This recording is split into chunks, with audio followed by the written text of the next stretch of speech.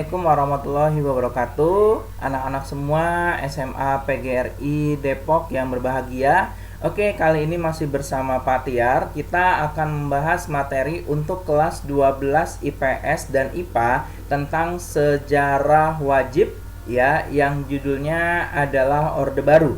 Kita memahami bahwa Orde Baru adalah salah satu rangkaian dari perjalanan bangsa Indonesia ya, dalam rangka mengisi kemerdekaan, dimulai dari eranya Orde Lama, era daripada Presiden Soekarno, dilanjutkan dengan kepemimpinan Orde Baru, yakni dengan pemimpinnya adalah Presiden Soeharto. Nah, anak-anakku sekalian, mari kita lanjutkan.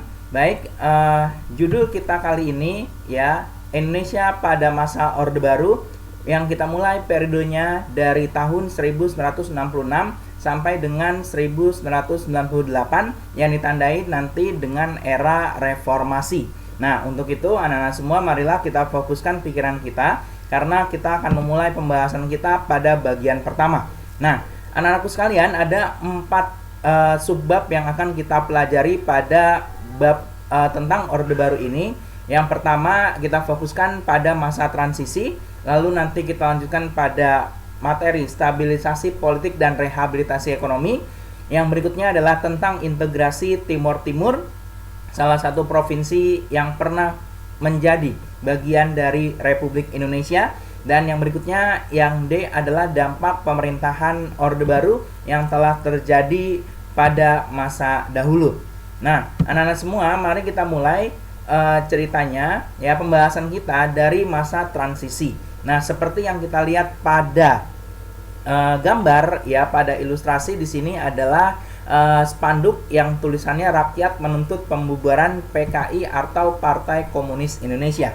Nah, ada 3 hal yang kemudian kita sebut sebagai periode masa transisi. Yang pertama adalah aksi Tritura 3 tuntutan rakyat, dan setelah itu keluarlah surat perintah 11 Maret. Dan setelah itu terjadilah keadaan yang disebut dengan dualisme kepemimpinan nasional. Secara sosiologi berarti ada di sini konflik in group dalam pemerintahan Indonesia saat itu. Nah, anak-anak semua, mari kita bahas beberapa hal. Yang pertama adalah tentang aksi Tritura atau yang disebut sebagai 3 tuntutan rakyat. Nah, pada saat itu terjadilah demo besar-besaran yang memang nanti terulang kembali pada masa Orde Baru. Nah, namun latar belakang Orde Baru terjadi memang yang pertama adalah peristiwa gerakan 30 September yang memang kemudian menurut Bung Karno akan mengubah sejarah bangsa kita mundur sekitar 30 tahunan. Nah, itu berarti luar biasa memang anak-anak semua, di mana peristiwa G30S PKI di sini merupakan peluang ya bagi Jenderal Soeharto saat itu untuk menduduki kursi kepemimpinan nasional dan berhasil mensuksesi ya pemerintahan Soekarno. Lalu terjadilah krisis ekonomi juga, di mana inflasi pada masa era Soekarno saat itu mencapai 600%, ini luar biasa ya. Lalu terjadi pula krisis politik, ketidakpercayaan rakyat kepada pemerintah karena salah satunya adalah peristiwa gerakan 30 September. Nah, di sini massa yang memang merupakan aktor-aktor politik pada saat itu ya adalah memang dari kesatuan-kesatuan aksi ya, misalkan adalah Kesatuan Aksi Mahasiswa Indonesia ya, nanti ada KAPI, ada KPPI ya, ada KASI, dan memang mereka tergabung dalam Front Pancasila. Nah, ini mereka bersama masyarakat tentu mengadakan demonstrasi yang memang nanti menuntut ya 3 hal yang kemudian diberi nama sebagai Tritura atau 3 tuntutan rakyat. Yang pertama adalah pembubaran PKI beserta ormas-ormasnya.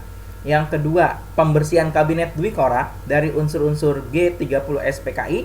Yang ketiga adalah penurunan harga-harga kebutuhan pokok ya, dalam hal ini tentu perbaikan ekonomi diminta oleh rakyat kita. Nah, itu dia anak-anak sekalian yang menjadi latar belakang, aktor, dan isi daripada 3 tuntutan rakyat. Dan ini memang demonstrasinya terjadi secara besar-besaran. Nah, kita lihat di sini kronologinya. Yang pertama adalah demonstrasi pertama, gerakan mahasiswa, itu terjadi pada 8 Januari 1966 di Gedung Sekretariat Negara. Dan pada tanggal 12 Januari 66, kelompok pemuda dan mahasiswa yang tergabung dalam Front Pancasila itu melaksanakan demonstrasi di depan gedung DPR gotong royong. Yang berikutnya ada anak-anak semua, pada tanggal 24 Februari 1966, seorang mahasiswa kedokteran Fakultas Kedokteran Universitas Indonesia, nah ini cukup terkenal namanya, yakni Arif Rahman Hakim, itu dia tertembak saat sedang berdemonstrasi di depan Istana Negara. Maka saat itu situasi demonstrasi semakin panas dan besoknya Presiden Soekarno tetap tidak bergeming. Maka tanggal 25 Februari 1966 Presiden Soekarno membubarkan KAMI. Nah, ini dia anak-anak semua ya, salah satu hari yang cukup dramatis adalah demonstrasi sampai menghasilkan korban jiwa seorang mahasiswa. Nah, ini tentu makin membuat massa marah. Lalu tidak lama kemudian ya, ada satu peristiwa penting yang tidak kalah menarik untuk disimak, yang kemudian sekarang masih menjadi kontroversi sejarah, namun sulit ditelisik karena memang saksi-saksinya sudah meninggal dunia semua. Untuk itu maka penyelidikan atas hal ini memang cenderung sulit untuk dilakukan. Nah, anak-anak semua, yang pertama adalah latar belakangnya di sini tadi sudah aksi demonstrasi menentang pemerintah itu dalam era demokrasi terpimpin semakin meningkat ya. Lalu juga Presiden Soekarno merasa keamanan dirinya terancam dan Presiden merasa perlu memulihkan kewibawaan pemerintah beserta dirinya dan keluarganya. Nah, untuk itu maka dirumuskanlah sebuah konsep surat perintah yang kemudian dibuat di Istana Bogor, karena kondisi Jakarta saat itu sudah tidak aman, karena memang pada saat sidang ya kabinet Dwi Kora yang disempurnakan, terjadilah adanya demonstrasi serta pengiriman pasukan yang dalam tanda kutip di sini tidak dikenal, yang ingin menyerbu istana tempat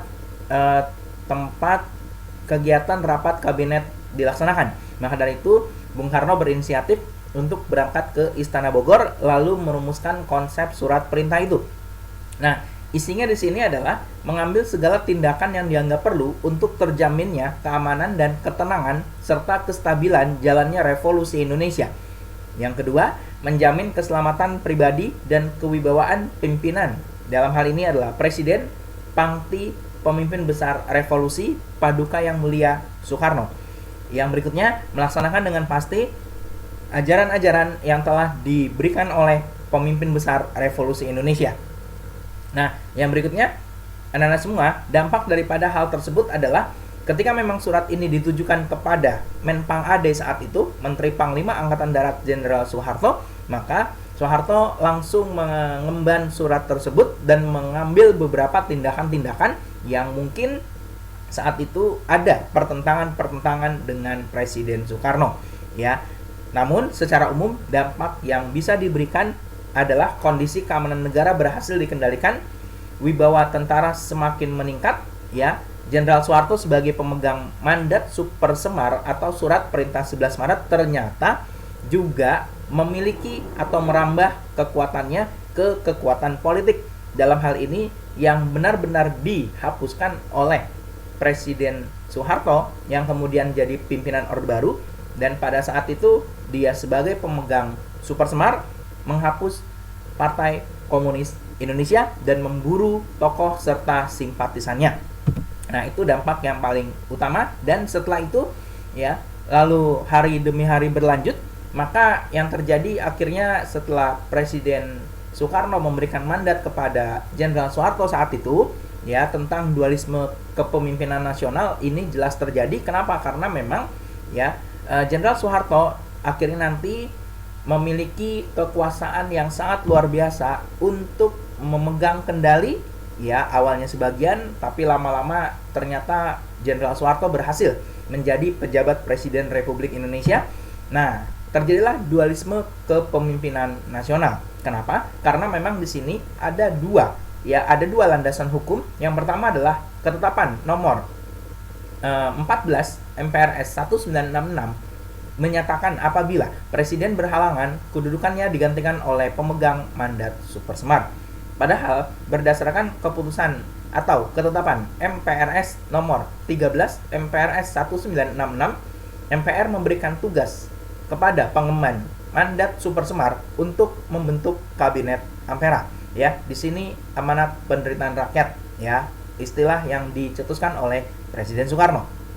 Nah, untuk itu anak-anak semua, inilah terjadi dualisme kepemimpinan nasional di mana nanti Jenderal Soeharto berhasil masuk ke dalam struktur kabinet dan kemudian dia bisa membentuk kabinet yang memang diinginkan. Nah, dampak daripada dualisme kepemimpinan nasional ini berarti yang tadi sudah Pak Tiar bahas, yang pertama adalah Soeharto turut serta menentukan nama-nama menteri yang mengisi pos jabatan di kabinet Ampera. Yang kedua, Presiden Soekarno berkedudukan sebagai pemimpin kabinet, sedangkan ya Jenderal Soeharto bertindak sebagai pelaksana pemerintahan. Nah, ini berarti sudah mulai terjadilah dualisme. Berarti bisa dikatakan ada dua, tanda kutip, ada dua matahari dalam satu bumi. Dan gitu ya. Lalu popularitas Presiden Soekarno semakin merosot dikarenakan G30 SPKI dan Presiden Soekarno menolak membubarkan PKI. Dan akhirnya dari akar rumput ya sampai ke atas muncullah tuntutan agar Presiden Soekarno mengundurkan diri dari jabatannya sebagai mandataris MPRS saat itu. Nah, ini dia dampak daripada dualisme kepemimpinan nasional. Maka dari itu, kronologi pengunduran diri Presiden Soekarno tentu akibat dari MPRS yang kemudian mengadakan permintaan agar Presiden Soekarno melihat kembali atau mengevaluasi ya kenapa peristiwa G30S terjadi. Dan kita lihat di sini pada Juni 1966 Presiden Soekarno menyampaikan pidato pertanggungjawabannya yang kemudian namanya adalah pidato Nawaksara atau yang disingkat oleh beliau Nawaksara. 20 Juni hingga 5 Juli 1966 melalui ketetapan nomor 5 MPRS 1966, MPRS pun meminta Presiden Soekarno melengkapi isi pidato Nawaksara. Lalu diberikanlah pertanggungjawaban tambahan tersebut yang namanya adalah pelengkap Nawaksara. Namun di sini lanjutannya adalah 9 Februari 1967. DPR GR mengajukan resolusi dan memorandum kepada MPRS agar mengadakan sidang istimewa untuk mengatasi situasi politik yang memanas. Maka dari itu di sini MPRS dan DPR GR pun sudah nggak sabaran ya sepertinya dengan keadaan yang terjadi. Maka di sini adalah yang diketuai oleh MPRS yakni Jenderal Nasution ya, Jenderal Nasution sebagai pimpinan MPRS ya meminta agar memang Presiden Soekarno menyerahkan jabatannya ya kepada Letjen atau Jenderal Soeharto ya sebelum sidang umum MPRS dilaksanakan. Nah, akhirnya di sini pada 22 Februari 67 Presiden Soekarno secara resmi mengundurkan diri dari posisinya sebagai Presiden Republik Indonesia. Dan kemudian 12 Maret 1967 Soeharto diangkat sebagai pejabat Presiden Republik Indonesia oleh MPR sementara yang diketuai oleh Jenderal Abdul Haris Nasution. Nah, selanjutnya di sini Soeharto resmi dilantik sebagai Presiden Republik Indonesia pada tanggal 27 Maret 1968. Nah, pada tanggal inilah tonggak dimulai Orde Baru. Nah, inilah dia anak-anak semua tentang bagaimana kronologi kejatuhan Orde Lama ya yang dipimpin oleh Presiden Soekarno saat itu ya, kemudian beralihlah kepada pemegang Super Semar Jenderal Soeharto. Nah, anak-anak semua, bagian pertama dari keterangan ini ya sudah Pak Tiar sampaikan. Nanti akan dilanjutkan pada bagian yang kedua tentang bagaimana pemerintahan Republik Indonesia di bawah Presiden Soeharto mengembalikan kepercayaan dunia internasional dan kepercayaan warganya ya, warga Indonesia dari segi politik, ekonomi, sosial, budaya dan seterusnya. Nah, untuk itu anak-anak semua, demikianlah pemaparan dari Pak Tiar. Kita akan lanjutkan pada materi selanjutnya. Terima kasih. Assalamualaikum warahmatullahi wabarakatuh.